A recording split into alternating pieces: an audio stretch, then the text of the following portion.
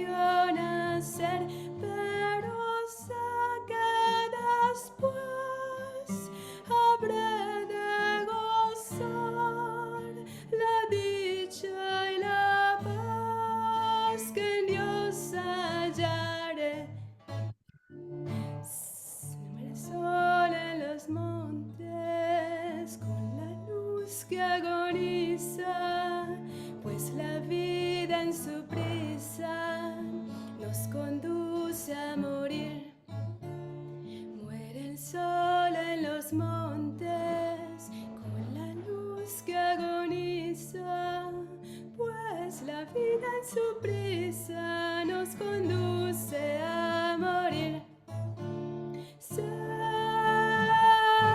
la vida empieza en donde se piensa que la realidad termina ser que Dios nunca muere y que se conmueve del que busca su beatitud.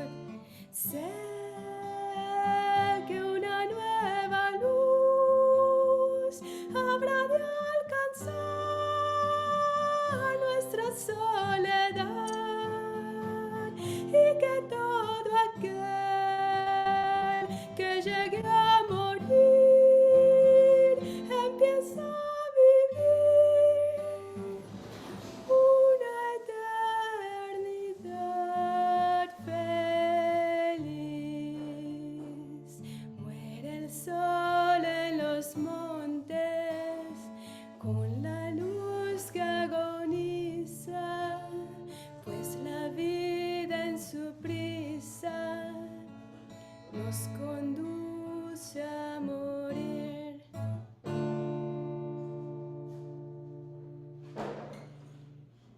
Brava! That was so touching. Yeah. Thank you so much. So beautiful, Karuna. Thank you. Wow. Well, thank you so much, everybody, for joining us.